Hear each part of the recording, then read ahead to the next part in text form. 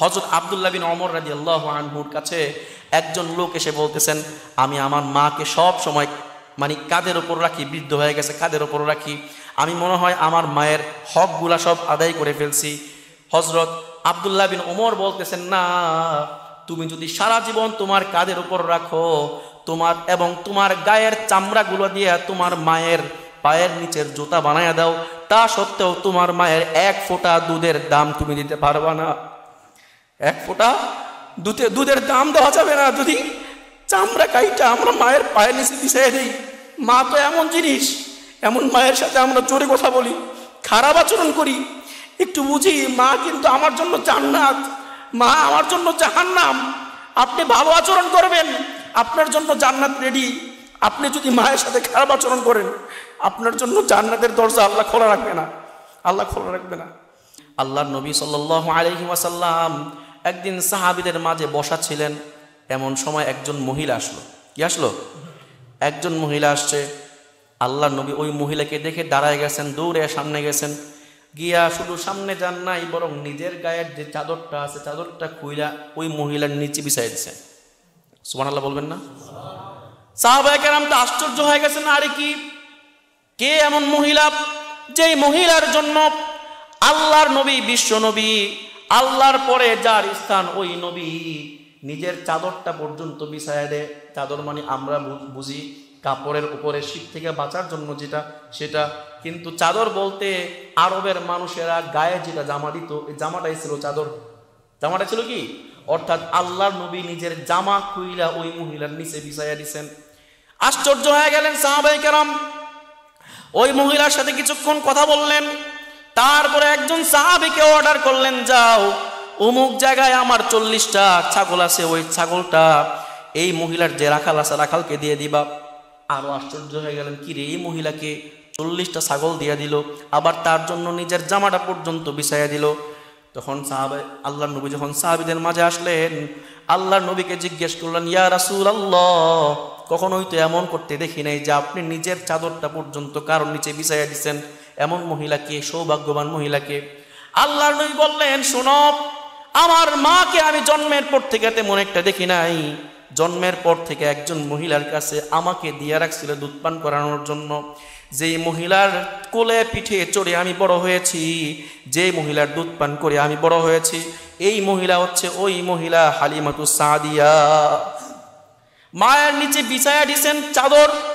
আবার আল্লাহর নবী সাল্লাল্লাহু আলাইহি ওয়াসাল্লাম বলেছেন, তোমার মায়ের পায়ের নিচে তোমার জন্য জান্নাত, তোমার মায়ের পায়ের নিচে তোমার জন্য জান্নাত। মাকে খেদমত করবা, জান্নাত পাইবা। মার সাথে খারাপ আচরণ করবা, জান্নাত পাইবা না। আল্লাহ তাআলা বলতেছেন, না, মা বাবার কথা মান্য করে চলতে হবে। মা বাবা কষ্ট পায় এমন কোনো কথা বলা যাবে না, এমন কোনো কাজও করা যাবে না। আল্লাহ তাআলা যে আগের আয়াতে বলছেন, ওয়ালা তাকুল্লাহুমা উফিন, মা বাবাকে কখনো উফ শব্দ পর্যন্ত বলবে না। এর অর্থ কি? দুইটা অর্থ। উফ শব্দ মানে মা বাবার কোনো কথায় অথবা কাজে বিরক্ত হয়ে কখনো উফ বলবা না, এক। অথবা তোমার মা বাবাকে এমন কোনো বিরক্ত করবা না, মা বাবাকে কষ্ট দিবা না যে মা বাবার মুখ দিয়ে উফ বের হয়ে যায়। বদদোয়া চলে আসে, আসে কিনা? মা বাবা কখনো সন্তানের জন্য বদদোয়া করে না, কিন্তু অনেক সময় সন্তানের কার্যকলাপের কারণে অন্তর থেকে বদদোয়া চলে আসে, আসে কিনা? অন্তর থেকে বদদোয়া চলে আসে। এমন কোনো কাজ করা যাবে না, এমন কোনো কথা বলা যাবে না যে কাজের কারণে, যে কথার কারণে মা বাবার অন্তর থেকে বদদোয়া আসে। করা যাবে? আল্লাহর নবী সাল্লাল্লাহু আলাইহি ওয়াসাল্লাম বলেছেন, 3 ব্যক্তির দোয়া আল্লাহ তাআলা কখনোই ফিরাইয়া নেন না, ফিরাইয়া দেন না। 1 নাম্বার হচ্ছে দাওয়াতুল মুসাফিরি, মুসাফির ব্যক্তি যদি কোনো দোয়া করে, ওই ব্যক্তির দোয়া আল্লাহ তাআলা কখনো ফিরাইয়া দেন না। সফর করে দূর দূরান্ত থেকে দিনের কাজের জন্য আসলো, ওই দিনের কাজের জন্য আসা মুসাফির ব্যক্তি যেই দোয়া করে, আল্লাহ তাআলা ওই দোয়া কখনো ফিরাইয়া দেন না। 2 নাম্বার হচ্ছে ওয়াদাওয়াতুল মাজলুম, মাজলুম ব্যক্তি কোনো দোয়া করলে, নির্যাতিত নিপীড়িত ব্যক্তি কোনো দোয়া করলে, ওই দোয়াও আল্লাহ তাআলা ফিরাইয়া দেন না। কাউকে যদি কোনো ব্যক্তি যদি শারীরিকভাবে নির্যাতিত হয়, মানসিকভাবে নির্যাতিত হয়, অথবা আর্থিকভাবে নির্যাতিত হয়, যে কোনোভাবে নির্যাতিত হয়, ওই ব্যক্তি যদি দোয়া করে, ওই দোয়ার মাঝে আর আল্লাহর মাঝে কোনো আড়াল থাকে না। 3 নাম্বার, ওয়া দাওয়াতুল ওয়ালিদি লিওয়ালাদিহি, পিতা মাতা যদি সন্তানের জন্য দোয়া করে, ওই দোয়াও আল্লাহ তাআলা কখনোই ফিরাইয়া দেন না, দোয়ার সাথে সাথে কবুল করে নেন। দোয়ার মাধ্যমে অনেক বড় কিছু হয়ে যাইতে পারেন। যদি মা বাবার একটা দোয়া আপনার কাজে লেগে যায়, যদি একবার দোয়া করে, ওই দোয়া আল্লাহ ফিরাইয়া দিবেন না, কাজে লেগে যাবে। আগে বা পরে আমরা বাইজিদ বুস্তামির কাহিনী জানি। তিনি ছোট্ট ছিলেন, ছোট্ট কাল, প্রচণ্ড শীতকাল ছিল, মা পানি চাইছিল সন্তানের কাছে। বাইজিদ বুস্তামি ঘরের মধ্যে পানি খুঁজলেন, পাইলেন না। মা তো পানি চেয়েছে, তার পানির দরকার। এই মুহূর্তে ঘরের মধ্যে পানি নাই। তিনি ঘর থেকে বের হয়ে খুঁজতে খুঁজতে যেই জায়গায় পানি আছে, কূপ থেকে গিয়ে পানি নিয়ে আসলেন। আয়েশা দেখলেন মা ঘুমায়া পড়ছে। মা কি ঘুমায়া পড়ছে? যে কোনো মুহূর্তে উঠে, মা তো পিপাসার্ত, যে কোনো মুহূর্তে উঠে মা তো পানি চাইতে পারেন। এই জন্যে বাইজিদ মুস্তামি আর ঘুমান নাই, বরং মায়ের শিয়রে দাঁড়িয়ে আছেন, মায়ের মাথার সামনে দাঁড়িয়ে আছেন। সকাল যখন হলো, আজানের শব্দে মায়ের ঘুম ভাঙলো। মা তাকিয়ে দেখেন শিয়রে বাইজিদ বুস্তামি, ছোট্ট বাইজিদ বুস্তামি দাঁড়িয়ে আছে। বাইজিদ, দাঁড়িয়ে আছো কেন? মা, আপনারা পানি চেয়েছেন, এই জন্যে পানির জন্য আমি দাঁড়িয়ে আছি। সারা রাত্র ঘুমাই নেই। কিন্তু সারা রাত্র ঘুমাও নাই, পানি আনতে গেছো, ভালো কথা। দাঁড়িয়ে আছো কেন সেটা বলো। দাঁড়িয়ে আছে এই কারণে, আপনার যদি মধ্যরাত্রে ঘুম ভাঙে আর ওই সময় যদি আপনি আমাকে খোঁজেন, আমি ঘুমিয়ে যাই, যদি পানি না পান তাহলে কষ্ট পাইতে পারেন। আপনার যাতে কোনো কষ্ট না হয়, এজন্যে আমি সারা রাত্র আপনার শিয়রে দাঁড়িয়ে আছি। মা এত খুশি হইলেন, এত আনন্দিত হইলেন। আল্লাহর কাছে ফজরের নামাজের পর আল্লাহর কাছে দোয়া করলেন, আল্লাহ, আমার একমাত্র সন্তান বাইজিদ বুস্তামি, সে ছোট্ট শিশু, আমার যে খেদমত করেছে এতে আমি সন্তুষ্ট হয়ে গেছি। আল্লাহ, তুমি তাকে সুলতানুল আরিফিন বানিয়ে দাও। সুলতানুল আরিফিন মানে কি? সকল ওলিদের নেতা, ওলিদের নেতা বানিয়ে দাও। ছোট্ট কাল থেকে মায়ের দোয়ার বরকতে আল্লাহ তাআলা সন্তানকে ছোট্ট কাল থেকে আল্লাহর গ্রহণযোগ্য ওলি বানায় নিছেন। কিসের বরকতে? মায়ের দোয়ার বরকতে। মায়ের কাছ থেকে দোয়া নেওয়া লাগবে, বাবার কাছ থেকে দোয়া নেওয়া লাগবে। আপনি খালি বারবার দোয়া চাইলেন, মা দোয়া করো দোয়া করো, এইটাকে দোয়া বলে না। আপনি এমন কোনো কাজ করেন যেই কাজের কারণে দোয়া চাওয়া লাগবে না, মা বাবার অন্তর থেকে আপনার জন্য দোয়া আসবে, এটা হচ্ছে আসল দোয়া। পক্ষান্তরে আপনি যদি মা বাবার সাথে কোনো খারাপ আচরণ করেন, মা বাবা যদি আপনার দ্বারা কোনো কষ্ট পায়, আর এই অবস্থায় যদি মা বাবা আপনার জন্য বদদোয়া করে, আল্লাহ তাআলা কিন্তু ওই বদদোয়াও ফিরাইয়া দিবেন না, বদদোয়াও গ্রহণ করে নেবেন, কবুল করবেন। আমরা হাদিস থেকে জুরাইজের কাহিনী জানি। জুরাইজ ছিল আল্লাহ তাআলার অনেক বড় একজন ওলি। সে লোকালয় থেকে দূরে গিয়ে একটি পাহাড়ে গিয়ে একটি ছোট্ট কুঁড়ে ঘরের মধ্যে আল্লাহর ইবাদত করত। একদিন মা আসলো, মা এসে দেখে সন্তানের ইবাদতের মধ্যে আছে। সন্তানকে বলল, বাবা, আমার জন্য একটু পানি নিয়ে আসো। তখন নামাজের মধ্যে আছে, নামাজ ছেড়ে কিভাবে যাবে, যাইতে পারতেছেন না। দ্বিতীয় দিন আবার আসলো, আবার এসে দেখে ছেলে নামাজের মধ্যে আছে, কিছু একটা চাইলো, পাইল না।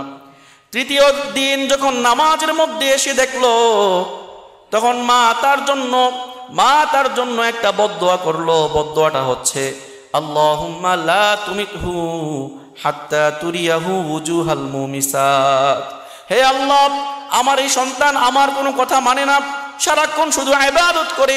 হে আল্লাহ, আমার এই সন্তানকে কোনো জানিয়া, কোনো বেশ্যা নারীর চেহারা না দেখাইয়া মৃত্যু দিও না। বদদোয়া অন্তর থেকে এসে পড়ছে। অন্তর থেকে বদদোয়াটা আসার সাথে সাথে আল্লাহর আরশ ভেদ করে আল্লাহর কাছে চলে গেছে। আল্লাহ তাআলাও সেই বদদোয়া কবুল করে নিছেন। হাদিস থেকে বলতেছি, কবুল করে নিছেন। এমন সময় একজন বেশ্যা নারী সেই কুড়েঘরের মধ্যে, যেই কুড়েঘরে জুরাইজ ইবাদত করত, সেই কুড়েঘরের মধ্যে আসছে। আয়েশা বলতেছে আমার সাথে জিনা করো। সে বলতেছে না, আমি তো জিনা করতে পারবো না, আমি তো আল্লাহকে ভয় করি। তখন সে রিজেক্ট করে দিল। এই মহিলা বেশ্যা নারী আরেকজনের সাথে, আরেকটা রাখালের সাথে গিয়ে জিনা করলো। জিনার ফলে তার পেটে একটা সন্তান আসছে।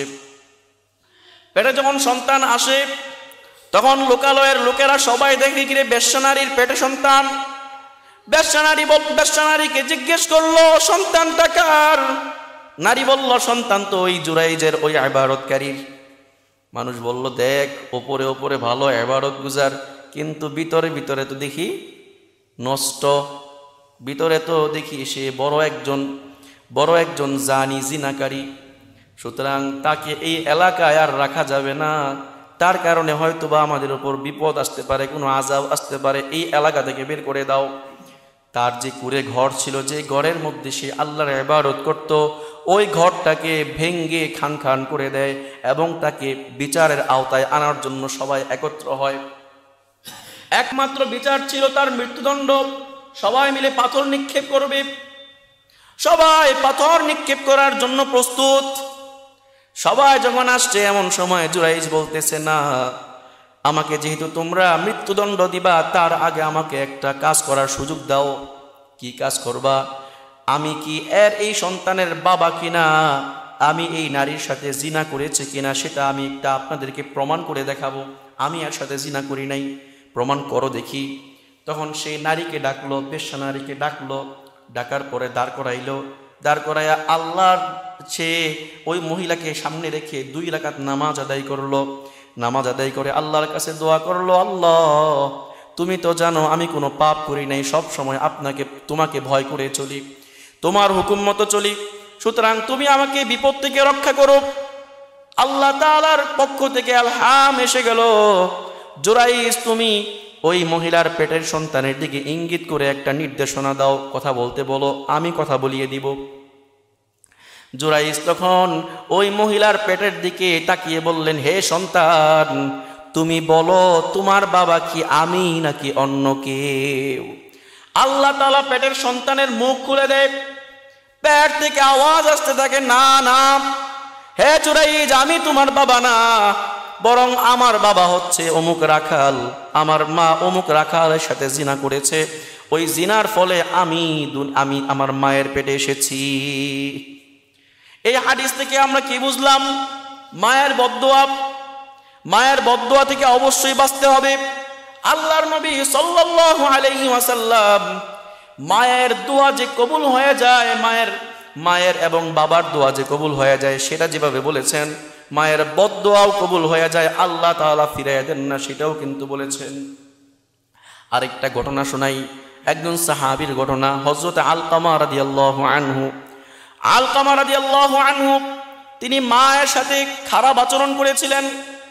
তার কোনো একটা কারণে মৃত্যু চলে আসে। মৃত্যুর আগ মুহূর্তে তার মুখ দিয়ে কালিমা আসছে না, অনেকবার চেষ্টা করতেছে, তারপরও কালিমা আসতেছে না।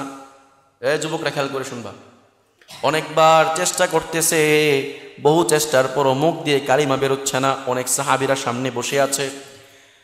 সাহাবী আলকামা অনেক চেষ্টা করতেছেন, দেখলেন যে কিছুক্ষণের মধ্যেই তার মৃত্যু হবে, কোনো কালিমা ছাড়াই মৃত্যু হবে। এক সাহাবী দৌড়িয়ে আল্লাহর নবীর কাছে গেলেন। আল্লাহর নবী সাল্লাল্লাহু আলাইহি ওয়াসাল্লাম সাহাবীর এই ঘটনা শুনে আঁতকে উঠলেন, ভয় পেয়ে গেলেন, আতঙ্কিত হলেন, দৌড়িয়ে আসলেন সাহাবীকে দেখার জন্য কি হলো, তার মুখ দিয়ে কালিমা বেরোচ্ছে না কেন। তখন আল্লাহর নবী সাল্লাল্লাহু আলাইহি ওয়াসাল্লাম তার মাকে ডাকলেন।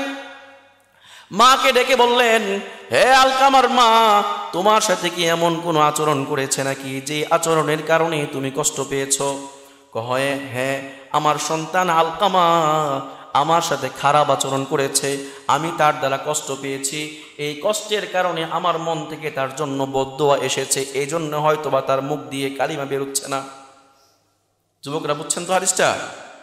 যদি মা বাবার সাথে খারাপ আচরণ করেন, মা বাবার খেদমত না করেন, মা বাবার দিকে আপনি সুনজরে না তাকান, মা বাবাকে দেখলে আপনার বিরক্ত লাগে, মা বাবা সুন্দর করে ডাক দিলে যদি আপনার খারাপ লাগে, আপনি ধমক দিয়ে কথা বলেন, তাহলে মনে রাখবেন আপনার মুখ দিয়েও কিন্তু কালিমা নসিব হবে না। মৃত্যুর সময় কালিমা নসিব না হলে খবর আছে। এজন্য অবশ্যই মা বাবার সাথে খারাপ আচরণ করা যাবে। যুবক ভাইয়েরা, খারাপ আচরণ করা যাবে। আপনি আপনার মা বাবার সর্বোচ্চ পর্যায়ে রাখবেন, আপনার মা বাবাকে সর্বোচ্চ সম্মান দিবেন, তাহলে আল্লাহ তাআলা আপনাকে সম্মানিত করে দিবেন। ঠিক কিনা? বলতেছিলাম হযরত আলকামা রাদিয়াল্লাহু আনহুর এই ঘটনা দেখে আল্লাহর নবী সাল্লাল্লাহু আলাইহি ওয়াসাল্লাম মাকে বললেন, মা তুমি কি চাও তোমার সন্তান জাহান্নামে যাক? না, আমি তো চাই না জাহান্নামে যাক। তুমি কি চাও এই মুহূর্তে তোমার সন্তানকে মৃত্যু তো হবে, কিন্তু তার আগে আগুনে পুড়িয়ে হত্যা করি, তুমি এটা চাও নাকি? কয় না, আমি তো কখনোই এটা চাই না। যদি না চাও তাহলে তোমার সন্তানের যে অপরাধ, তোমার সন্তানের প্রতি যে তুমি রাগ করেছো, ওই রাগটা মাফ করে দাও। আল্লাহর নবীর কথায় আলকামার মা আলকামাকে মাফ করে দিলেন। মাফ করার সাথে সাথে আলকামার মুখ দিয়ে কালিমা নসিব হয়ে গেল। কালিমা বের হওয়ার পর কিছুক্ষণের মধ্যে আলকামার মৃত্যু হলো। এজন্য বলতেছি যুবক ভাইয়েরা, মা বাবার সাথে খারাপ আচরণ করলে কিন্তু আল্লাহ তাআলাও মাফ করেন না, মুখ দিয়ে কালিমা নসিব হবে না। মুখ দিয়ে কালিমা বের হওয়ার জন্য অবশ্যই মা বাবার সাথে ভালো আচরণ করা লাগবে। যে ব্যক্তি মা বাবার সাথে ভালো আচরণ করবে তার জন্য আল্লাহ তাআলা 5টা পুরস্কারের কথা, আল্লাহর নবী 5টা পুরস্কারের কথা বলেছেন। কয়টা?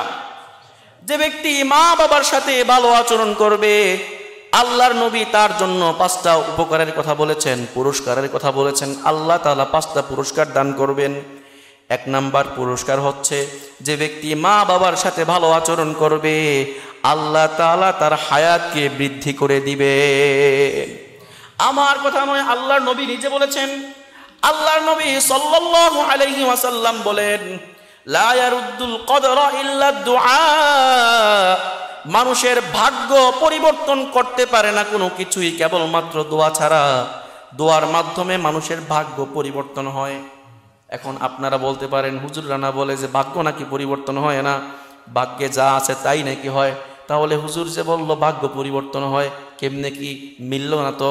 হ্যাঁ, মিলাই দিয়ে শুনেন। ভাগ্য 2 প্রকার। কয় প্রকার? তাকদীর 2 প্রকার। একটা হচ্ছে তাকদীরে মুআল্লাক, আরেকটা তাকদীরে মুবরাম। তাকদীর বা ভাগ্য 2 প্রকার। 1 নাম্বার হচ্ছে তাকদীরে মুআল্লাক, ঝুলন্ত তাকদীর। আরেকটা হচ্ছে তাকদীরে মুবরাম। মুবরামটা হচ্ছে একদম নির্ধারিত তাকদীর, নির্ধারিত ভাগ্য। নির্ধারিত ভাগ্য হচ্ছে যা কিছু আল্লাহ তাআলা নির্ধারণ করে রাখছেন। বিশেষ করে মানুষের জন্ম হবে কখন, মানুষের মৃত্যু হবে কখন, এবং মানুষের অন্যান্য কয়েকটা বিষয় আছে, এগুলো নির্ধারণ করে রাখছেন, পরিবর্তন হয় না। ঠিক আছে? এগুলো হচ্ছে তাকদীরে মুবরাম, মানে নির্ধারিত তাকদীর। আরেকটা হচ্ছে তাকদীরে মুআল্লাক, পরিবর্তিত তাকদীর। অনেক সময় কি হয়, দোয়ার মাধ্যমে পরিবর্তন হয়ে যায়। তা আমরা পাইলাম দোয়ার মাধ্যমে তাকদীর পরিবর্তন হয়। তারপরে আল্লাহর নবী সাল্লাল্লাহু আলাইহি ওয়াসাল্লাম বলেছেন, ওয়ালা ইয়াজিদু ফিল উমরি ইল্লাল বিররু। আর মানুষের হায়াত বৃদ্ধি করে কেবলমাত্র মা বাবার সাথে ভালো আচরণ। মা বাবার সাথে যারা ভালো আচরণ করবে তাদের হায়াত আল্লাহ তাআলা বৃদ্ধি করে দিবেন। হায়াতের মধ্যে আল্লাহ তাআলা বরকত দান করবেন। 1 নাম্বার উপকার। 2 নাম্বার উপকার হচ্ছে, 2 নাম্বার পুরস্কার হচ্ছে, যে ব্যক্তি মা বাবার সাথে ভালো আচরণ করবে তাদেরকে আল্লাহ তাআলা 2 নাম্বার পুরস্কার দান করবেন। তাদেরকে রিজিক বাড়িয়ে দিবেন, তাদের রিজিকটা আল্লাহ তাআলা বৃদ্ধি করে দিবেন। আল্লাহর নবী সাল্লাল্লাহু আলাইহি ওয়াসাল্লাম বলেছেন, মান সাররাহু আইয়ুবসাতা লাহু রিজকুহু। যারা চায়, যারা পছন্দ করে যে তাদের রিজিক বৃদ্ধি করে দেওয়া হোক, তারা যেন অবশ্যই মা বাবার সাথে ভালো আচরণ করে। মা বাবার সাথে ভালো আচরণ করবেন, আপনার রিজিক বৃদ্ধি পাবে, আপনার ইনকামের রাস্তা আল্লাহ তাআলা খুলে দিবেন। আপনি চাকরি বাকরি পাচ্ছেন না, আপনি মা বাবার সাথে সদয় আচরণ করেন, মা বাবার প্রয়োজনে পা টিপেন, পায়ে ধরে পড়ে থাকেন, দেখবেন আল্লাহ তাআলা আপনার রিজিকের ব্যবস্থা করে দিবেন। ঘোষণাকার আল্লাহর নবীর, আমার কথা নয়। 2 নাম্বার পুরস্কার পাইলাম। 3 নাম্বার পুরস্কার হচ্ছে, যারা মা বাবার সাথে ভালো আচরণ করবে ওই ব্যক্তিগুলা আল্লাহ তাআলার প্রিয় হয়ে যায়। কার প্রিয় হয়ে যায়? আল্লাহ তাআলার প্রিয় হয়ে যায়। আমার কথা নয়, রাসূলের কথা। আল্লাহর নবী সাল্লাল্লাহু আলাইহি ওয়াসাল্লামের কাছে একজন সাহাবী এসে বলল, আইয়ুল আমালি আফদলু আহাব্বু ইলাল্লাহি তাআলা, হে নবী আপনি আমাকে বলুন সবচেয়ে কোন আমলটা আল্লাহর কাছে প্রিয় এবং সবচেয়ে শ্রেষ্ঠ আমল কোনটা? আল্লাহর নবী সাল্লাল্লাহু আলাইহি ওয়াসাল্লাম তখন তিনটা আমলের কথা জানিয়ে দিলেন। এক নাম্বার হচ্ছে as-সালাতু আলা ওয়াক্তিহা, সময় মতো নামাজ আদায় করা। সময় মতো বলেন, সবাই বলেন সময় মতো। এক নাম্বার হচ্ছে সময় মতো নামাজ আদায় করা। আপনি যদি নামাজ আদায় না করেন কখনোই আল্লাহর প্রিয় হইতে পারবেন না। আল্লাহর প্রিয় হইতে হইলে অবশ্যই আল্লাহর দেওয়া তরিকায় সুন্নত পদ্ধতিতে নামাজ আদায় করতে হবে, সময় মতো নামাজ আদায় করতে হবে।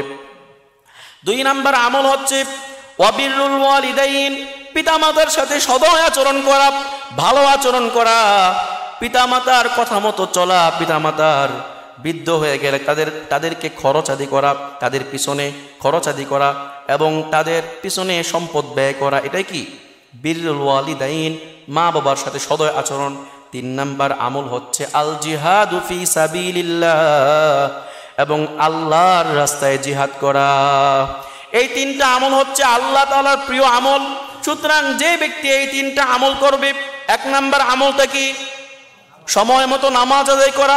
দুই নাম্বার পিতামাতার সাথে উত্তম আচরণ করা, সদয় আচরণ করা। তিন নাম্বার আল্লাহর রাহে লড়াই করা, কাফেরদের বিরুদ্ধে জিহাদ করা, যুদ্ধ করা। এই তিনটা আমল আল্লাহ তাআলার কাছে প্রিয়। সুতরাং যারা এই তিনটা আমল করবে তারাও আল্লাহ তাআলার কাছে প্রিয় হয়ে যায়। তিন নাম্বার পুরস্কার পাইলাম যে আল্লাহর কাছে প্রিয় হয়ে যাবে। চার নাম্বার পুরস্কার হচ্ছে যারা মা বাবার সাথে ভালো আচরণ করবে, যারা মা বাবার সাথে ভালো আচরণ করবে তাদেরকে তাদের গুনাহগুলো আল্লাহ তাআলা সব মাফ করে দিবেন। গুনাহগুলো কি মাফ করে দিবেন। একটা হাদিস শোনাই। একজন সাহাবী আল্লাহর নবীর কাছে এসে বলতেছেন, ইয়া রাসূলুল্লাহ আসবতু যামবান আযীমান ফাহাল্লি মিন তাওবাতিন, হে নবী আমি বড় একটা গুনাহ করে ফেলেছি, পাপ করে ফেলেছি, আমার কি কোনো তাওবার রাস্তা আছে নাকি, তাওবার দরজা খোলা আছে নাকি আমার জন্য? আল্লাহর নবী সাল্লাল্লাহু আলাইহি ওয়াসাল্লাম তখন তাওবা করতে বললেন না, ইস্তিগফার করতে বললেন না, কিছুই করতে বলেন না। বলছে কি জানেন?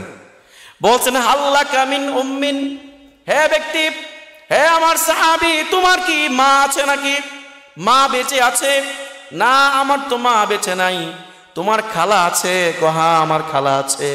যাও খালার সাথে ভালো আচরণ করো, উত্তম আচরণ করো, খালার পিছনে তুমি ব্যয় করো, খরচ করো, খালার দেখভাল করো, আল্লাহ তাআলা তোমার গুনাহগুলো মাফ করে দিবে। মায়ের সাথে ভালো আচরণ করা লাগবে। মা যদি বেঁচে না থাকে তাহলে মায়ের আত্মীয় স্বজন, বিশেষ করে খালা নানি, এরা থাকলে এদের সাথে ভালো আচরণ করা লাগবে। এর মাধ্যমে গুনাহ মাফ করবেন কে? আল্লাহ তাআলা গুনাহ মাফ করে দিবেন। 5 নাম্বার পুরস্কার হচ্ছে যারা মা বাবার সাথে উত্তম আচরণ করবে, ভালো আচরণ করবে, ওই ব্যক্তিদের সকল বিপদ আপদকে আল্লাহ তাআলা দূর করে দিবেন। কোনো বিপদে আটকাবে না। বিপদ থেকে আল্লাহ নিজ কুদরতে তাকে মুক্তিদান করবেন। হাদিস শোনাই, বুখারী মুসলিম উভয় কিতাবে হাদিসটা বর্ণিত হয়েছে। বনি ইসরাইলের 3 জন ব্যক্তি এক জায়গায় সফরে যাচ্ছিল। প্রতিমধ্যে প্রচুর বৃষ্টি হচ্ছে। বৃষ্টি থেকে বাঁচার জন্য তারা একটা গুহায় গিয়ে আশ্রয় নেয়। গুহায় গিয়ে আশ্রয় নেয়। তখন হঠাৎ করে প্রবল বৃষ্টির কারণে উপর থেকে একটি পাথর পড়ে গুহার মুখটা বন্ধ হয়ে যায়। 3 জনে সম্ভব না যে গুহার মুখটা পরিষ্কার রাখবে, মানে পাথরটা সরাবে, সম্ভব না, এত বড় পাথর। কি করবে? টেনশনে পড়ে গেল। 3 জন যদি এখানে আটকে পড়ি তাহলে তো কেউ কোনো খোঁজ খবর রাখবে না, কেউ জানবেও না আমরা এখানে পড়ে আছি। এখন তো বর্তমানে মোবাইলের জামানা, ফোন দিয়ে বলতে পারে যে অমুক জায়গায় আমরা আছি। পুলিশে ফোন দিলে পুলিশ নাম্বার দিয়ে ট্র্যাকিং করলে সব বের করে ফেলতে পারবে কোন জায়গায় আছে। এটা কি বর্তমান জামানা? 3000 বছর আগের ঘটনা। আটকা পড়ে গেছে, বের হওয়ার কোনো রাস্তা নাই, কোথায় যাবে, কি করবে?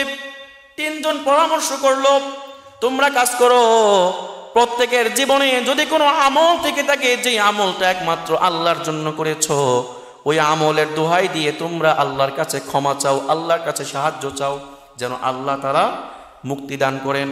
তখন প্রথমজন আল্লাহর কাছে দোয়া করা শুরু করলো, আল্লাহ তুমি তো জানো আমি একটা কাজ করি, সারাদিন কাজকর্ম করি, সন্ধ্যাবেলা যখন বাড়িতে যাই কিছু খাবার নিয়ে যাই, সন্ধ্যাবেলা আমি নিজ হাতে সেই খাবারগুলা রান্না করে আমার মা বাবাকে খাইয়ে তারপরে আমার সন্তানকে খাওয়াই। অনেক সময় এমনও হয় মাঝে মাঝে মায়ের সামনে খাবার রান্না করে নিয়ে গিয়েছি, তখন দেখা যায় যে মা ঘুমিয়ে পড়েছে। সারা রাত্র পর্যন্ত মায়ের শিওরে দাঁড়িয়ে থাকি, মাকে জাগ্রত করাই না, কারণ এতে করে মা কষ্ট পাইতে পারে। সারা রাত্র পর্যন্ত মার সামনে দাঁড়িয়ে থেকে সকালবেলা খাবারটা খাইয়ে দেই। হে আল্লাহ, এই আমলটা যদি সে একমাত্র আপনার সন্তুষ্টি লাভের জন্য করে থাকি, তাহলে এর উসিলা করে আল্লাহ আমাদেরকে বিপদ থেকে উদ্ধার করেন। দেখতে পেল এই দোয়া করার সাথে সাথে পাথরটা একটু সরে গিয়ে আসমান দেখা যাচ্ছিল, সূর্যের আলোটা কি ভিতরে পড়তেছে। তারপরে আরেকজন দোয়া শুরু করলো, আল্লাহ আমার একজন চাচাতো বোন ছিল, খুবই সুন্দরী, খুবই রূপসী একজন বোন ছিল, চাচাতো বোন, তার প্রতি আমি আসক্ত ছিলাম, তাকে আমি প্রেমের প্রস্তাব দিয়েছিলাম, কিন্তু সে আমার প্রস্তাবটা রিজেক্ট করে দিয়েছে। কিন্তু আমি চেয়েছিলাম যে করে হোক আমি তার কাছেই যাব। ছলে বলে কৌশলে তার কাছে যাওয়ার চেষ্টা করলাম, তার দুর্বল স্থানগুলো কোন জায়গায় আছে, কোনটা আছে সেগুলো খেয়াল করার চেষ্টা করলাম। দেখলাম যে তার টাকার সমস্যা আছে, এমনকি তার বাবা আমার চাচা অসুস্থ, এই মুহূর্তে তার 100 দিনার দরকার। এই চাচাতো ভাই মানে যে দোয়া করতেছে সে বলতেছে, আমি আমার চাচাতো বোনের কাছে 100 দিনার নিয়ে গেলাম, নেও তুমি এই 100 দিনার দিয়ে তোমার বাবার চিকিৎসা করাবে, যাও, তবে এর বিনিময়ে তোমাকে আমি কাছে চাই। তখন ওই মেয়েটা বাধ্য হয়ে বাবার চিকিৎসার জন্য সময় দেওয়ার জন্য চলে আসলো। যখন একে অপরের সম্মুখীন কাছাকাছি হবে এমন সময় মেয়েটা ছিল খুবই আল্লাহ ভীরু। মেয়েটা বলল, ইয়া আব্দাল্লাহ ইত্তাকিল্লাহ, হে আল্লাহর বান্দা তুমি আল্লাহকে ভয় করো। কি বলছে মেয়েটা? হে আল্লাহর বান্দা তুমি আল্লাহকে ভয় করো। হে আল্লাহ, আমার চাচাতো বোন যখন আমাকে আল্লাহকে ভয় করার জন্য বললেন, তখন আমি আপনাকে ভয় করে আমি আমার বোন থেকে অনেক দূরে সরে আসলাম, আর যে 100 দিনার দিয়েছিলাম সেটা আর ফিরিয়ে নেইনি। আপনার সন্তুষ্টি লাভের আশায় এবং আপনাকে ভয় করে আমি 100 দিনারও দিয়েছি এবং তাকেও ছেড়ে দিয়েছি। হে আল্লাহ, এটা যদি আপনার সন্তুষ্টি লাভের আশায় করে থাকি, তাহলে আমাদেরকে এর উসিলায় বিপদ থেকে মুক্তি দান করুন। তখন দেখা গেল পাথরটা আরেকটু সরে গেল, কিন্তু তখনও বের হওয়ার অবস্থা ছিল না, বের হওয়ার মতো না। আরেকজন দোয়া করলো, আল্লাহ তুমি তো জানো আমি একজন কর্মচারী নিয়েছিলাম কাজ করার জন্য, সারাদিন সে কাজ করেছে, কিন্তু সন্ধ্যার সময়ে যে মজুরি নিবে, পারিশ্রমিক সবাইকে দিয়েছি, তাকে আর পাই নাই, একজনকে পাই নাই, সে চলে গিয়েছে। আমি তার টাকাটা খরচ করি নাই, বরং তার টাকাটা ইনভেস্ট করেছি। একটা ছাগল কিনেছিলাম, ছাগলের মাধ্যমে তারপর আস্তে আস্তে করে কয়েকটা ছাগল হলো। তারপর এই ছাগল কয়েকটা বিক্রি করে গরু কিনলাম, উট কিনলাম, এভাবে করতে করতে অনেকগুলো সম্পদ হয়ে গেল। এবং একজন রাখালও রাখলাম তার সম্পদগুলা পাহারা দেওয়ার জন্য। রাখাল তার সম্পদগুলা, এই পশুগুলা চড়াইতো আর রাতের বেলা পাহারা দিত।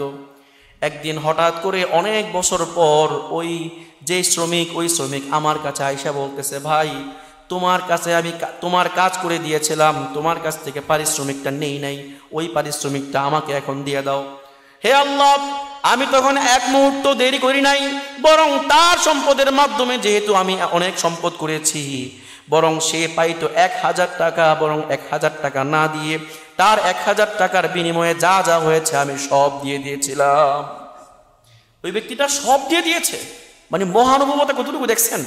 আমরা হলে কি করতাম? ভাই তুমি আমার কাছ থেকে 1000 টাকা পাও, সুতরাং 1000 টাকা নাও, বাকিগুলো তো আমার।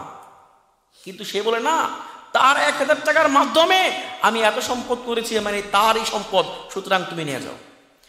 আল্লাহর কাছে দোয়া করলো, আল্লাহ আমি চাইলে সব সম্পদ সেদিন রাখতে পারতাম, কিন্তু শুধুমাত্র আপনার সন্তুষ্টির জন্য আপনার সেই বান্দাকে আমি সব সম্পদ দিয়ে দিয়েছি। যদি আপনি এটা যদি আমি আপনার সন্তুষ্টি লাভের জন্য করে থাকি, তাহলে এর বিনিময়ে আপনি আমাদেরকে এই বিপদ থেকে রক্ষা করেন। আল্লাহ তাআলা সম্পূর্ণরূপে তিনজনের দোয়ার পর সম্পূর্ণরূপে পাথরটাকে মুখ থেকে সরিয়ে দিলেন। তখন তারা বের হয়ে গেল। এই হাদিস থেকে বোঝা গেল, কখনো কোনো বিপদ হলে আল্লাহর কাছে দোয়া করতে হবে কোনো নেক আমলের উসিলা করে। কিসের উসিলা করে? আপনি যদি আল্লাহর জন্য শুধু করে থাকেন, এমন কোনো নেক আমল আপনার জীবনে থেকে থাকে, তাহলে সেই নেক আমলের উসিলা করে আপনি আল্লাহর কাছে দোয়া করবেন, আল্লাহ তাআলা আপনাকে মুক্তি দান করবেন। এই হাদিসের প্রথমাংশ ছিল মা বাবার খেদমত।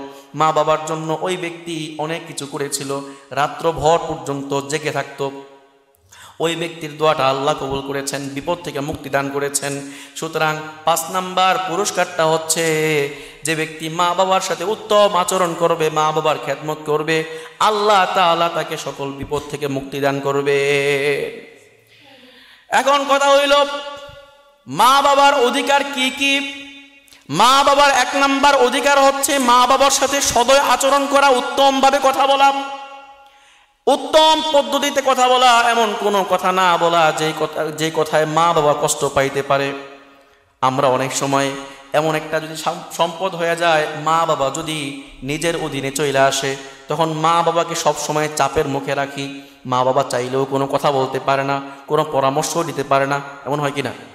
আবার এমনও তো আছি, আমাদের অধীনে মা বাবা চলে আসছে, আমরা খুব ভালো করে খাইতেছি, ভালো করে ঘুরতেছি, মা বাবার কোনো খবর রাখি না। আছে না নেই? মা বাবার কোনো খবর রাখে না।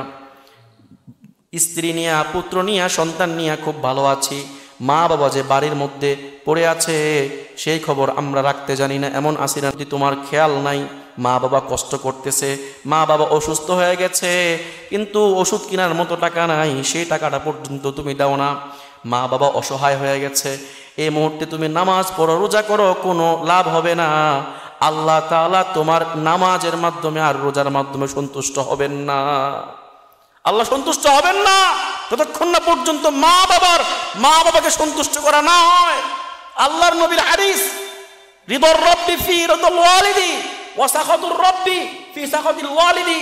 মা বাবার সন্তুষ্টির মধ্যে আল্লাহর সন্তুষ্টি, মা বাবার অসন্তুষ্টির মধ্যে আল্লাহর অসন্তুষ্টি। কোন মা বাবা যদি সন্তানের প্রতি অসন্তুষ্ট হয়ে থাকে, মা বাবার অসন্তুষ্টির কারণে সন্তান যতই ইবাদত করুক না কেন, আল্লাহর সন্তুষ্টি জিন্দেগিতে পাবে না। আর যে ব্যক্তি আল্লাহর সন্তুষ্টি না পায়, সে জান্নাতে প্রবেশ করতে পারবে? জান্নাতে যাওয়া সম্ভব? আমাদের যুবক ভাইদেরকে অনেকেই দেখা যায়, কথা বললে যেখানে মা বাবার সাথে নিম্ন সুরে কথা বলা দরকার ছিল, মা বাবা কোনো নির্দেশ দিলে তৎক্ষণাৎ সেই নির্দেশ মানার দরকার ছিল, সেখানে আমরা উচ্চস্বরে কথা বলি। মা বাবা ডাকে খুব সুন্দর করে, বাবা এদিকে আসো, আর আমরা মানে ধমক। একবার চাইছি কোনো জিনিস, মা শোনে নাই, দ্বিতীয়বার চাইছি, মা শোনে নাই, তৃতীয়বার গিয়ে এমন জোরে ধমক মারি, কড়াভাবে ধমক মারি। এগুলো নিজ কানে মাঝে মাঝে শুনি, আমি নিজেও শুনি। এমন সুরে ধমক মারি মাকে, বাবাকে, বাবা খুব সুন্দর করে ডাকে, আর সেই উত্তরে আমরা ধমক দিয়ে কথা বলি। আপনি টিভি দেখতেছেন, কোনো মুভি দেখতেছেন, এর মধ্যে মা ডাক দিল আর আপনি ধমক মারলেন, মনে রাখবেন আপনার জন্য আল্লাহ তৈরি জান্নাত না। কারণ হাদিসের মধ্যে আসছে, হুমা জান্নাতুকা ওয়া নারুকা, তোমার মা বাবা তোমার জন্য জান্নাত, তোমার মা বাবা তোমার জন্য জাহান্নাম। তুমি যদি তোমার মা বাবাকে সন্তুষ্ট করতে পারো, তাহলে তোমার জন্য জান্নাত রেডি। আর যদি তোমার মা বাবা তোমার কারণে অসন্তুষ্ট হয়, তাহলে মনে রাখবা তোমার জন্য জাহান্নাম রেডি। আরেকটা হাদিস শোনাই, আল্লাহর নবী সাল্লাল্লাহু আলাইহি ওয়াসাল্লাম বলেছেন, আরবাউন হাক্কুন আলাল্লাহি আল্লাহ ইউদখিলাহুমুল জান্নাহ। 4 জন ব্যক্তির ক্ষেত্রে আল্লাহর হক হচ্ছে 4 শ্রেণীর লোককে আল্লাহ তাআলা জান্নাতে প্রবেশ করাবেন না। আবারও বলতেছি, 4 শ্রেণীর লোক যাদেরকে আল্লাহ তাআলা জান্নাত দিবেন না, জান্নাতে প্রবেশ করাবেন না, এটা আল্লাহর দায়িত্ব। কত কড়া কথা খেয়াল করছেন? মানে আল্লাহর দায়িত্ব হচ্ছে 4 শ্রেণীর মানুষকে আল্লাহ জান্নাত দিবেন না, জান্নাতে প্রবেশ করাবেন না। এর মধ্যে 1 নাম্বার হচ্ছে আল-আকুলি ওয়ালিদাইহি, যারা পিতামাতার অবাধ্য, ওই সমস্ত লোককে আল্লাহ তাআলা জান্নাত দিবেন না। 2 নাম্বার, 4টা শুনিয়ে দেই। এক নাম্বার হচ্ছে আল আকুল ওয়ালিদাইহি, পিতামাতার সাথে খারাপ আচরণকারী ব্যক্তি কোনোদিন জান্নাতে প্রবেশ করবে না। কারণ হচ্ছে এই পিতামাতার মাধ্যমে সে দুনিয়ার মুখ দেখছে, দুনিয়ায় দেখতে পারতো না যদি পিতামাতা তাকে দুনিয়ায় আনার ব্যবস্থা না করত। এজন্য আল্লাহ তাআলা বলছেন ওয়াসাইনাল ইনসানা বিওয়ালিদাইহি, আমি মানুষকে মানুষকে আমি নির্দেশ দিয়েছি, ওসিয়ত করেছি। আল্লাহ তাআলা যেই কথাই বলেন প্রত্যেকটা নির্দেশ হয়ে যায়। সেখানে আল্লাহ তাআলা ওসিয়ত শব্দ বলে আরো কড়া করে নির্দেশ দিতেছেন। আল্লাহ বলেন ওয়াসাইনাল ইনসানা বিওয়ালিদাইহি, আমি মানুষকে নির্দেশ দিয়েছি মানুষ যেন তার মা বাবার সাথে উত্তম আচরণ করে। মা বাবার সাথে উত্তম আচরণ করা কার নির্দেশ?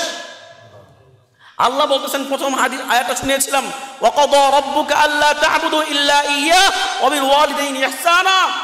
আল্লাহ বলেছেন তোমার রব ফয়সালা করে রেখেছেন তুমি তোমার রবের ইবাদত করবে, রবের ইবাদত ছাড়া অন্য কারো করবে না। কারণ তিনি তোমাকে সৃষ্টি করেছেন, আল্লাহ সৃষ্টি করেছেন আমাদেরকে। এজন্য ইবাদত কার হবে? একমাত্র আল্লাহর হবে। তারপরে আল্লাহ বলছেন ওয়াবিল ওয়ালিদাইনি ইহসানা, হে বান্দারা আমি তোমাকে সৃষ্টি করেছি ঠিক, কিন্তু তোমাকে কিন্তু মা বাবার মাধ্যমে পাঠিয়েছি। তোমাকে দুনিয়া আনার পিছনে মা বাবার অবদান ছিল। সুতরাং মা বাবার সাথে খারাপ আচরণ করবে না, ভালো আচরণ করবে। নির্দেশটা কার? আল্লাহ তাআলার। আল্লাহ নবী বলেছেন 4 শ্রেণীর ব্যক্তিকে জান্নাতে প্রবেশ না করানো আল্লাহর দায়িত্ব। এক নাম্বার হচ্ছে আল-আকুল ওয়ালিদাইহি, যে ব্যক্তি পিতামাতার সাথে খারাপ আচরণ করে এমন ব্যক্তিদেরকে জান্নাতে প্রবেশ করানো না করানো আল্লাহর দায়িত্ব। 2 নাম্বার হচ্ছে ওয়ামুদমিরু খামরিন, যারা মদ পান করবে এদেরকে জান্নাতে প্রবেশ না করানো আল্লাহর দায়িত্ব। যারা মাদকাসক্ত, মাদকের সাথে সম্পৃক্ত, তাদেরকে জান্নাতে প্রবেশ না করানো কার দায়িত্ব? আল্লাহর দায়িত্ব। যারা মাদকের সাথে সম্পৃক্ত আছেন, লাল পানি না খাইলে ঘুম আসে না, মনে রাখবেন জান্নাতের দরজা কিন্তু আপনাদের জন্য খোলা না। আল্লাহর দায়িত্ব হয়ে গেছে আপনাদেরকে জান্নাতে প্রবেশ না করানো, খেয়াল রাখবেন। 3 নম্বরে ওয়াকিলুর রিবা, যারা সুদ খায় তাদেরকে জান্নাতে প্রবেশ না করানো আল্লাহর দায়িত্ব। 4 নম্বরে হচ্ছে ওয়াকিলু মালিল ইয়াতীম, এবং যারা ইয়াতীম শিশুদের মাল ভক্ষণ করে আত্মসাৎ করে এদেরকে জান্নাতে প্রবেশ না করানো আল্লাহর দায়িত্ব। অবশ্যই মা বাবার সাথে ভালো আচরণ করা লাগবে কিনা? এখন ভালো আচরণ তো আপনি করতে পারেন নেই, তার আগে আপনার মা ইন্তেকাল করছেন, বাবা ইন্তেকাল করছেন, তখন আপনি কি করবেন? কি করবেন? মাসলা আসে কিনা? 5টা আমল করবেন, মা বাবার হক আদায় হয়ে যাবে। কয়টা আমল? 5টা আমল করবেন। 5টা আমলের আগে আল্লাহর কাছে ক্ষমা চাইবেন। আল্লাহ, আপনার নির্দেশ তো ছিল মা বাবার সাথে ভালো আচরণ করা, নির্দেশনা পালন করতে পারি নাই, এখন তো বুঝে আসছে, এখন আমাকে আপনি মাফ করে দিন। তখন থেকে আপনি 5টা আমল করবেন। 1 নাম্বার আমল হচ্ছে মা বাবার জন্য সব সময় করজোর দোয়া করবেন। কি করবেন? মা বাবার জন্য সব সময় আল্লাহর কাছে দোয়া করবেন। মা বাবা কেমনে দোয়া করবেন? নামাজ পড়লেন, নামাজের পর সূরা ফাতিহা একবার, সূরা ইখলাস 3 বার পড়ে পড়ে আপনি মা বাবার জন্য দোয়া করলেন। সূরা ইখলাস 3 বার পড়লে 1 খতমের সওয়াব। কয় খতমের? সূরা ইখলাস আপনি 3 বার পড়লেন, কোরআন কারীম 1 খতমের সওয়াব আল্লাহ তাআলা লিখে দিবেন। আপনি প্রত্যেক নামাজের পর মা বাবার জন্য দোয়া করেন। মা বাবার জন্য সূরা ফাতিহা, সূরা ইখলাস পড়ে পড়ে দোয়া করলেন। 1 নাম্বার আমল গেল। 2 নাম্বার আমল হচ্ছে মা বাবার পক্ষ থেকে আপনি সদাকা করেন। কি করবেন? মা বাবার পক্ষ থেকে, মা বাবা আপনার জন্য সম্পদ রাখা গেছে, কি করবেন? মা বাবার জন্য আপনি সদাকা করেন। 3 নাম্বার আমল হচ্ছে মা বাবার আত্মীয় স্বজন যারা আছে এদের সাথে ভালো আচরণ করবেন। মায়ের বোন আছে দুনিয়ায়, খালার সাথে আপনি ভালো আচরণ করবেন, তাদের দেখভাল করবেন। প্রয়োজনে তাদের প্রয়োজন থাকলে সেই প্রয়োজনগুলো মেটানোর চেষ্টা করবেন। যদি অসচ্ছল হয় তাহলে তাদেরকে, আপনার সচ্ছলতা আছে, টাকা পয়সা আছে, আপনি আপনার খালার অসচ্ছলতাকে আপনি দূর করানোর চেষ্টা করবেন। এটা কি আপনার দায়িত্ব। 3 নাম্বার, আপনার বাবা ইন্তেকাল করছে, আপনার চাচারা আছে, আপনার ফুফুরা আছে, এদের প্রতি আপনি খেয়াল রাখবেন, সম্পদ দান করবেন, যেখানে দেওয়ার দরকার দিবেন, আপনার দায়িত্ব। 4 নাম্বার হচ্ছে বাবা মায়ের যদি কোনো বন্ধু বান্ধব থেকে থাকে এটারও খোঁজ খবর নেবেন, এটারও কি খোঁজ খবর নেবেন। বাবা মা মারা যাওয়ার পরে আপনি এই আমলগুলা করবেন। ছোট্ট একটা হাদিস শোনাই। আল্লাহর নবী সাল্লাল্লাহু আলাইহি ওয়াসাল্লাম একদিন সাহাবীদের মাঝে বসা ছিলেন, এমন সময় একজন মহিলা আসলো। কি আসলো? একজন মহিলা আসছে। আল্লাহর নবী ওই মহিলাকে দেখে দাঁড়ায় গেছেন, দৌড়ে সামনে গেছেন, গিয়া শুধু সামনে যান নাই, বরং নিজের গায়ের যে চাদরটা আছে চাদরটা খুইলা ওই মহিলার নিচে বিছাই দিচ্ছেন। সুবহানাল্লাহ বলবেন না? সাহাবায়ে কেরাম তো আশ্চর্য হয়ে গেছেন, আরে কি, কে এমন মহিলা যেই মহিলার জন্য আল্লাহর নবী, বিশ্ব নবী, আল্লাহর পরে যার স্থান ওই নবী নিজের চাদরটা পর্যন্ত বিছায়া দেয়। চাদর মানে আমরা বুঝি কাপড়ের উপরে শীত থেকে বাঁচার জন্য যেটা, সেটা কিন্তু চাদর বলতে আরবের মানুষেরা গায়ে যেটা জামা দিত, এই জামাটাই ছিল চাদর। জামাটা ছিল কি? অর্থাৎ আল্লাহর নবী নিজের জামা খুইলা ওই মহিলার নিচে বিছাইয়া দিছেন। আশ্চর্য হয়ে গেলেন সাহাবায়ে কেরাম। ওই মহিলার সাথে কিছুক্ষণ কথা বললেন, তারপরে একজন সাহাবীকে অর্ডার করলেন, যাও অমুক জায়গায় আমার 40টা ছাগল আছে, ওই ছাগলটা এই মহিলার যে রাখাল আছে রাখালকে দিয়ে দিবা। আরো আশ্চর্য হয়ে গেলেন, কি রে, এই মহিলাকে 40টা ছাগল দিয়ে দিল, আবার তার জন্য নিজের জামাটা পর্যন্ত বিছাইয়া দিল। তখন আল্লাহর নবী যখন সাহাবীদের মাঝে আসলেন, আল্লাহর নবীকে জিজ্ঞেস করলেন, ইয়া রাসূলুল্লাহ, কখনোই তো এমন করতে দেখি নাই যে আপনি নিজের চাদরটা পর্যন্ত কারোর নিচে বিছাইয়া দিচ্ছেন, এমন মহিলাকে, সৌভাগ্যবান মহিলাকে। আল্লাহর নবী বললেন, শোনো, আমার মাকে আমি জন্মের পর থেকে তেমন একটা দেখি নাই। জন্মের পর থেকে একজন মহিলার কাছে আমাকে দিয়ে রাখছিল দুধ পান করানোর জন্য। যেই মহিলার কোলে পিঠে চড়ে আমি বড় হয়েছি, যে মহিলার দুধ পান করে আমি বড় হয়েছি, এই মহিলা হচ্ছে ওই মহিলা হালিমাতুস সাদিয়া। মায়ের নিচে বিছায়া দিছেন চাদর। আবার আল্লাহর নবী সাল্লাল্লাহু আলাইহি ওয়াসাল্লাম বলেছেন, তোমার মায়ের পায়ের নিচে তোমার জন্য জান্নাত, তোমার মায়ের পায়ের নিচে তোমার জন্য জান্নাত। মাকে খেদমত করবা, জান্নাত পাইবা। মার সাথে খারাপ আচরণ করবা, জান্নাত পাইবা না। আবার ছোট্ট আরেকটা হাদিস শুনে অনেক সময় হয়ে গেছে। আল্লাহর নবী হযরত আব্দুল্লাহ বিন ওমর রাদিয়াল্লাহু আনহুর কাছে একজন লোক এসে বলতেছেন, আমি আমার মাকে সব সময় মানে কাঁধের ওপর রাখি, বৃদ্ধ হয়ে গেছে, কাঁধের ওপর রাখি, আমি মনে হয় আমার মায়ের হকগুলা সব আদায় করে ফেলছি। হযরত আব্দুল্লাহ বিন ওমর বলতেছেন, না, তুমি যদি সারা জীবন তোমার কাঁধের উপর রাখো, তোমার এবং তোমার গায়ের চামড়াগুলো দিয়ে তোমার মায়ের পায়ের নিচের জুতা বানায়া দাও, তা সত্ত্বেও তোমার মায়ের এক ফোঁটা দুধের দাম তুমি দিতে পারবা না। এক ফোঁটা দুধের দাম দেওয়া যাবে না যদি চামড়া কাইটা আমরা মায়ের পায়ের নিচে বিছাইয়ে দিই। মা তো এমন জিনিস, এমন মায়ের সাথে আমরা জোরে কথা বলি, খারাপ আচরণ করি, একটু বুঝি। মা কিন্তু আমার জন্য জান্নাত, মা আমার জন্য জাহান্নাম। আপনি ভালো আচরণ করবেন, আপনার জন্য জান্নাত রেডি। আপনি যদি মায়ের সাথে খারাপ আচরণ করেন, আপনার জন্য জান্নাতের দরজা আল্লাহ খোলা রাখবে না, আল্লাহ খোলা রাখবে না। যা কিছু বললাম আল্লাহ তাআলা আমল করার তৌফিক দান করুন। যারা সুন্নত পড়ি নাই, কাবলা সুন্নত পড়ি।